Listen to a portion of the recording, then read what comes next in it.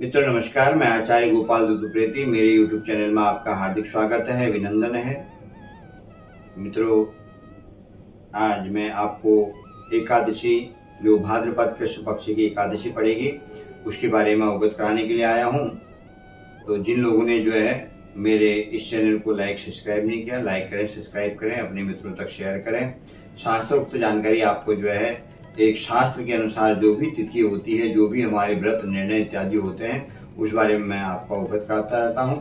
तो शुरू करते हैं वीडियो। आपको एकादशी का महात्म्य मैं श्रवण कराने के लिए आया हूँ।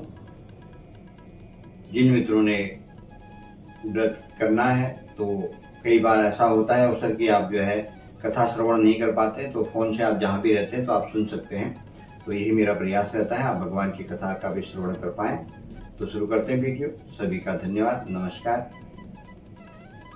नारायणं नमस्कृत्य नरं चैव नरोत्तमं देवीं सरस्वतीं व्यासं ततो जयमुदीरये।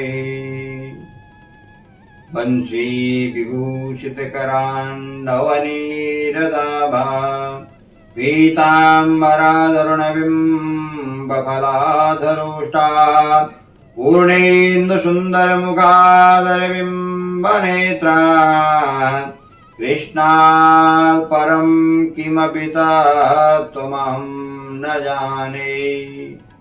बोल कृष्ण कन्हैया लाल की जय। तो एक बार कुंती पुत्र युधिष्ठिर बोले कि हे जनार्दन, आप अब मुझे भाद्रपद मास के कृष्ण पक्ष की एकादशी के बारे में बतलाइए। उस एकादशी का नाम क्या है, उसकी क्या विधि है, और वो आप मुझे विस्तार पूर्वक बतलाएं। तब भगवान कृष्ण कहते हैं कि जो भादो की जो कृष्ण पक्ष की एकादशी है उसका नाम अजा कहते हैं। भाद्रपद इसका मास की जो कृष्ण पक्ष की एकादशी होती है। इसका व्रत करने से समस्त पाप नष्ट हो जाते हैं। जो मनुष्य इस दिन भगवान की भक्ति भाव से पूजा करते हैं तथा व्रत करते हैं, उनके समस्त पाप नष्ट हो जाते हैं। इस लोक और परलोक में जो है सहायता करने वाली इस एकादशी के व्रत के समान विश्व में दूसरा एकादशी का कोई व्रत नहीं है। इस एकादशी की कथा इस प्रकार है। प्राचीन काल में चक्रवर्ती राजा राज्य करते थे। उनका नाम हरिश्चंद्र था। वो अत्यंत वीर प्रतापी, सत्यवादी और अपनी स्त्री और पुत्र को उन्होंने बेच दिया, क्योंकि सत्य के कारण उन्होंने जो है अपना राज्य का ही दान कर दिया। तो उन्होंने अपने पुत्र और स्त्री को भी उनको बेचना पड़ा और स्वयं को जो है एक चांडाल का काम करना पड़ा किसी मरघट पर। एक दिन उनके ऊपर में ऐसी आपत्ति आई कि उनका पुत्र जो रोहित था उसको सर्प ने डस लिया और उसकी मृत्यु हो गई। अब जब उनकी धर्मपत्नी शमशान लेने के लिए आ रही थी, तो उनके पास देने के लिए ऐसा कुछ नहीं था कि जो वो अपने पुत्र की चिता जला सकें। पहले समय में लोगों के अंदर में सत्यता भी थी, नियम भी थे, धर्म भी था।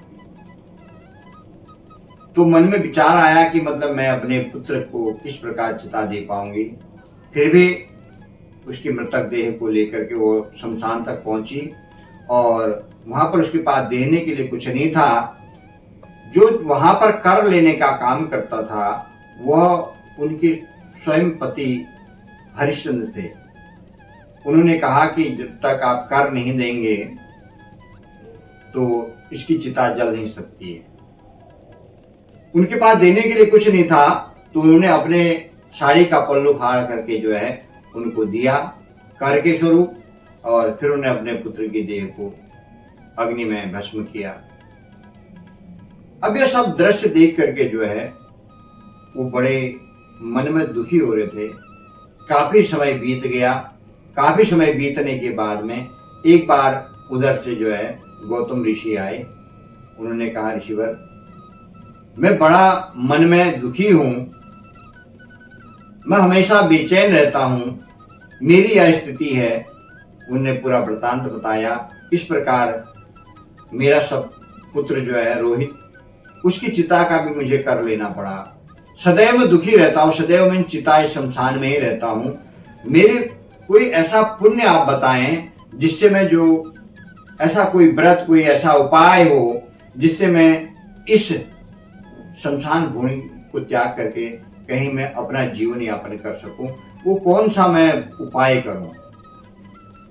तब गौतम ऋषि ने बताया कि आप जो है भाद्रपद मास के कृष्ण पक्ष की अजा नाम की एकादशी का व्रत करें, उससे आपके समस्त पाप नष्ट हो जाएंगे।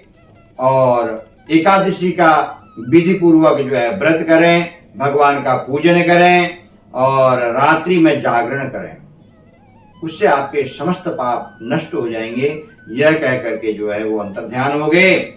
अब अजा नाम की एकादशी भाद्रपद कृष्ण पक्ष को आई, तब उन्होंने ऋषि के अनुसार बताए हुए व्रत को किया, रात्रि जागरण किया। उसके उस व्रत के प्रभाव से राजा हरिश्चंद्र के समस्त पाप नष्ट हो गए।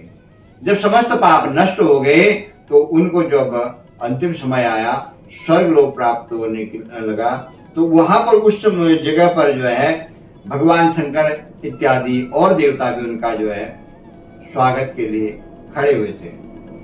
तो कहते हैं कि मैंने ऐसा कौन सा पुण्य किया कि जो मेरे लिए, मेरे स्वागत के लिए भगवान, मेरे स्वागत के लिए देवता खड़े हैं।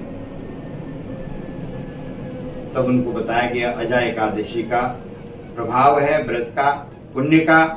तो उन्होंने वहां पर देखा उनकी धर्मपत्नी और उनका पुत्र जो है वहीं पर जीवित अवस्था में उनको प्राप्त हुए।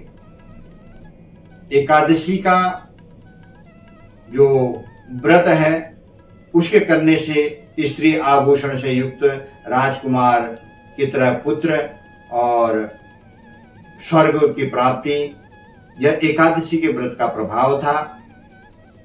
तब उन्होंने कई समय तक जो है स्वर्ग में ही वास किया। समय आने के बाद में उन्होंने राज्य का भी भोग किया, फिर स्वर्ग का भी भोग किया।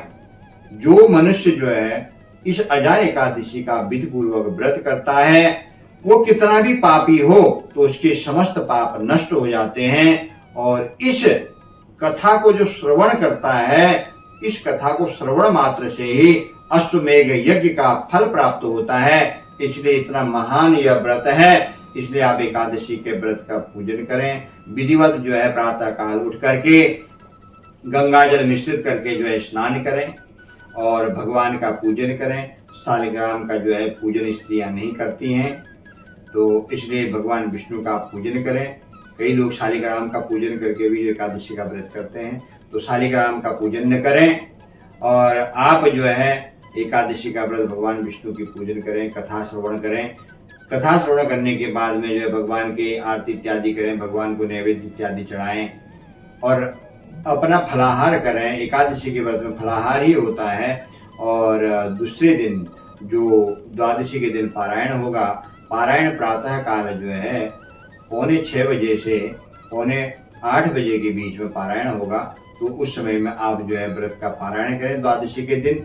यह एकादशी का व्रत 19 अगस्त मंगलवार को पड़ेगा और पारायण होगा 20 अगस्त के दिन प्रातः काल 6:45 से 7:45 बजे के बीच में। आप व्रत का पारायण करें और विधि से जो है भगवान का पूजन करें। विधि से और तिथि से किया हुआ ही पुण्य का फल मिलता है, अन्यथा श्रम मात्र ही है। आप अगर जैसे जन्माष्टमी के व्रत किया ही आया, जन्माष्टमी जिस दिन व्रत करना चाहिए था बहुत से लोगों ने किया नहीं, क्योंकि दूसरे दिन 16 अगस्त को लोगों ने व्रत किया। उस दिन न तिथि है और न नक्षत्र ही है जन्म समय में, तो इसलिए ऐसा व्रत तो भगवान के नाम से तो आप कुछ भी करें अच्छा ही है, लेकिन एक तिथि के अनुसार करें तो उसका पुण्य बहुत अच्छा प्राप्त होता है। तो आप जो भी एकादशी का व्रत करते हैं, आप जो है 19 तारीख मंगलवार के दिन अजा एकादशी का व्रत करें और कथा का श्रवण करें। जिन लोगों ने चैनल को लाइक सब्सक्राइब नहीं किया है, आप लाइक करें, सब्सक्राइब करें। आपका बहुत बहुत धन्यवाद। जय जय सिया राम। नमस्कार।